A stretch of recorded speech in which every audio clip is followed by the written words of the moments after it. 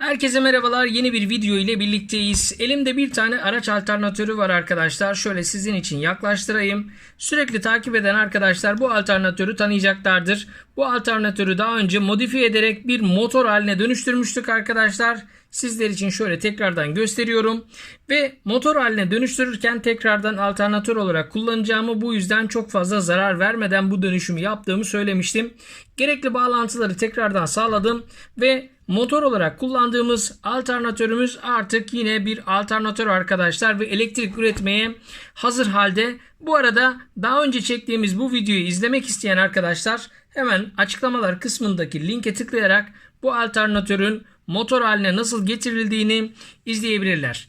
Bu videomuzda ise bu alternatörü kullanarak elektrik üreteceğiz. Neden böyle bir video çektiğimi açıklayarak devam etmem gerekirse, özellikle araç alternatörü ile ilgili çok fazla soru geldi ve gelen sorularda şunu söyleyebilirim arkadaşlar. Araç alternatörlerini genelde bir bisiklet alternatörü ya da rüzgar türbünü ile çok fazla karıştırıyorlar. Özellikle buradaki milin direkt olarak çevrildiğinde elektrik ürettiğini zannediyorlar arkadaşlar. Araç alternatörlerinde, yani araçların şarj dinamolarında durum biraz daha farklı arkadaşlar. Bu videomuzda araç alternatöründen elektrik nasıl üretilir, nasıl aktif hale getirilir bunu anlatacağım. Şimdi gelin projemize başlayalım. Araç alternatörü ile ilgili birkaç küçük bilgi vermem gerekirse arkadaşlar, normalde bisiklet dinamolarında örnek veriyorum, merkezde bobin veya merkezde mıknatıs varsa diğer kısmında bobin vardır. Yani bir tarafta mıknatıs, bir tarafta bobin vardır arkadaşlar. Buradaki alternatörümü sizin için yaklaştırayım. Bakın arkadaşlar, merkezdeki kısmı görüyorsunuz. Bakın burada bir elektromıknatıs, bir bobin var. Ve dış kısmını görüyorsunuz. Burada da bir bobin var. Yani bunun anlamı şu demek. Burada herhangi bir mıknatıs yok arkadaşlar. Hem iç kısımda hem de dış kısımda bir bobin var. Peki bu iki bobin nasıl oluyor da elektrik üretiyor? Aslında araç alternatörünü diğer sistemlerden ayıran en büyük özellikle burada başlıyor. Hemen araç alternatörümün arka tarafına geçmek istiyorum. Şuradaki bobinlerimizi bir kenara alacak olursak, şurada gördüğünüz vida arkadaşlar, şu gördüğünüz kısım bizim enerji çıkışımız. Yani 14 volt 65 amperlik akım şu vida gibi olan uçtan çıkış sağlıyor. Artık çıkışımız burası. Eksi çıkışımız da alternatörün dış kısmı.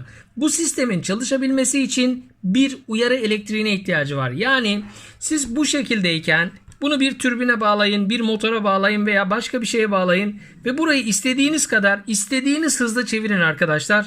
Bu şartlar altında bu alternatör kesinlikle elektrik üretmeyecektir. Bir alternatörün, bir araç alternatörünün elektrik üretebilmesi için bir uyarı akımına ihtiyaç vardır. Ben de test etmek için, daha doğrusu bu sistemi size gösterebilmek için 3.7 volt ile bunu uyaracağım arkadaşlar. Öncelikle herhangi bir uyarı akımı veya elektrik uygulamadan buradaki mili çevireceğiz ve sistemin elektrik üretip üretmediğine bakacağız. Şimdi gelin testlerimize başlayalım. DC konumdaki ölçü aletimi şimdi uygun olan uçlara bağlıyorum arkadaşlar. Öncelikle artı kutbunun çıkışını almamız gerekiyor. Artı çıkışımız hemen burası. Buradan enerji çıkışımızı, artıyı almamız gerekiyor eğer alternatörümüz çalışıyorsa.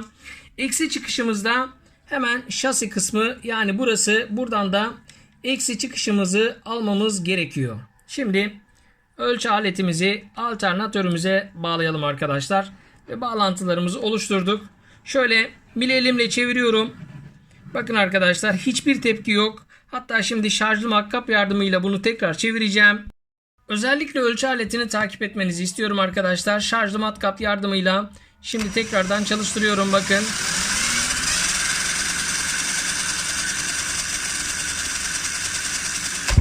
Gördüğünüz gibi arkadaşlar neredeyse yok değerde enerji üretiyor.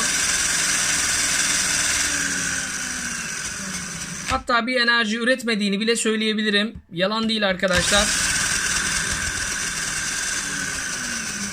Gördüğünüz gibi kesinlikle herhangi bir enerji çıkışı yok.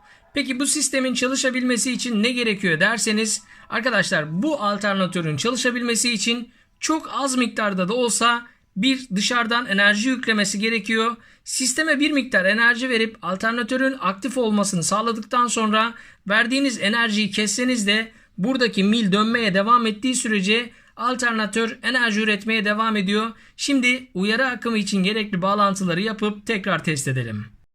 Aslında aküsü tamamen bitmiş bir aracı, özellikle aküsü tamamen boşalmış bir benzinli aracı çalıştıramama nedeniniz de burada yatıyor arkadaşlar. Aküsü olmayan veya aküsü tamamen bitmiş bir benzinli araçta alternatör ilk çalışmak için enerjiye ihtiyaç duyduğundan bu enerji sağlanamadığı için elektrik üretemiyor. Yani siz aracı istediğiniz kadar ittirseniz, vurdursanız, ne yaparsanız yapın, alternatör elektrik üretemediği için sistem çalışmayacaktır. Bakın şurada boşta bir giriş var. Burası bizim uyarı enerjisi uygulayacağımız nokta. Bu noktadan artı kutbu uygulayacağız. Alternatörümü aktif etmek için çok düşük bir voltaj uygulayacağım arkadaşlar. 3.7 voltluk bir pil yardımıyla alternatörü aktif edeceğim. Şimdi buradan artı kutbumuzu uygulayacağız. Şöyle bağlantımı gerçekleştiriyorum. Eksimi de alternatörün dış kısmına uygulayacağım. Özellikle pilin eksisini buraya dokundurduğumda matkabın sesine dikkat etmenizi istiyorum. Şimdi matkabıma güç vererek alternatörümü çevireceğim arkadaşlar. Şu an gördüğünüz gibi döndürüyorum ve herhangi bir gerilim üretilmiyor. Şimdi uyarı akımıyla alternatörümüzü uyarıyoruz. Bakın dokundurup çekeceğim sadece. Ve artık sesin değiştiğini duyabilirsiniz. Yani alternatörüm elektrik üretiyor. Şöyle gösteriyorum. Bakın arkadaşlar, 11 volt civarında bir gerilim üretiyor. Üretilen gerilimin 11 volt olmasının nedeni benim matkabımın devrinin ve gücünün yeterli olmaması. Tam devirde 14.4 volta kadar elektrik üretebilir ve 65 amper gibi müthiş bir güç üretiyor. Bakın tekrar çalıştıracağım. Gördüğünüz gibi herhangi bir elektrik üretmiyor. Şimdi uyarı akımını vermem gerekiyor arkadaşlar. Bakın. Uyarı akımını verdiğimde alternatörün sesi, motorumun sesi değişiyor zaten. Bakın. Şuradaki kablolarımız gevşek olduğu için voltaj farklı çıkıyor. Bakın 11 volt civarında bir gerilim aldım. İsterseniz çıkış kısmına bir tane lamba ya da led bağlayalım. Led bağlayacağım arkadaşlar. Çünkü lamba bağladığımda bu dönmeye karşı direnç uygulayacağı için masanın üstünde dönecektir. Daha az akım çektiği için çıkış kısmına 12 voltluk led bağlayacağım. Uyarı akımını verdiğimizde ledleri yakmaya çalışacağız. Ölçü aletimi bağladığım noktadan 12 voltluk ledlerimi bağlıyorum arkadaşlar. Bakın burası bizim artı çıkışımızdı. Buradan artı kutbumuzu bağladık. Burası bizim eksi çıkışımızdı. Hemen buradan eksi çıkışımızı bağladık. Ledlerim burada. Şöyle göstereyim. Bakın bu şekilde yerleştirdim. Tekrar gösteriyorum arkadaşlar. Bakın herhangi bir uyarı akımı vermeden alternatöre istediğiniz kadar güç, istediğiniz kadar devir uygulayın. Gördüğünüz gibi ledlerim hiçbir şekilde yanmıyor. Bakın dış kısmına uyarı akımı uygulayacağım ve sürekli uygulamayacağım. Uygulayıp çekeceğim. Gördüğünüz gibi uyarı akımını kestim arkadaşlar. Alternatörüm elektrik üretmeye devam ediyor. Ta ki benim mili durdurup tekrar döndürmem işi değiştirmiyor. Çünkü uyarı akımı vermediğiniz sürece bu sistem çalışmayacaktır. Bakın şimdi mili tekrar çalıştıracağım. Ancak hiçbir güç yok. Tekrar uyarı akımı verip çekiyorum. Bakın.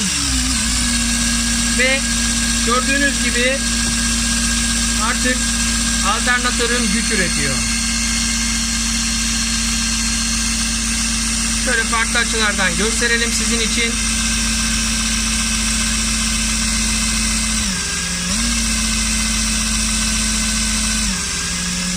Bakın tamamen durdurmadığım için hala manyetik alan devam ediyor. Sadece devrini düşürdüm. Devri tekrar yükselttiğimde normale döndürüyor. Ancak tamamen durdurup baştan çalıştırırsam elektrik üretmiyor. Tekrar elektrik üretebilmesi için uyarı akımı gerekiyor. Ve sonuç bu kadar arkadaşlar. Bu arada matkabımın şarjı bitti. Diğer pili takarak küçük bir iki test daha yapıp projemizi tamamlayalım.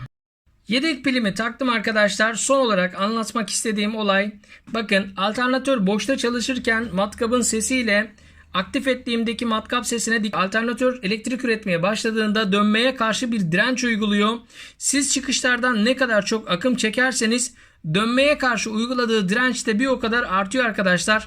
Özellikle böyle sonsuz enerji hayali kuran arkadaşlar bu direncin varlığından haberdar olsunlar. Bakın şimdi işlemi tekrarlayalım. Önce alternatörümüzü boşta çalıştıralım. Şu an boşta çalışıyor arkadaşlar alternatör. Ve herhangi bir enerji üretmiyor ve uyarı akımı uygulayacağım. Bakın. Uyarı akımı uyguladığımda matkabımın sesi değişti. Ve ledlerim artık yanıyor arkadaşlar. Bakın pilimi ayırdım. Durdurdum. Bu arada çıktı aslında ama tekrar çeviriyorum ancak hiçbir tepki yok. Bakın tekrar uyarı akımı uygulayalım. Matkabımız yuvadan çıktı. Tekrar uyarı akımı uygulayalım. Bakın. Ve ledlerimiz yine gördüğünüz gibi yanıyor.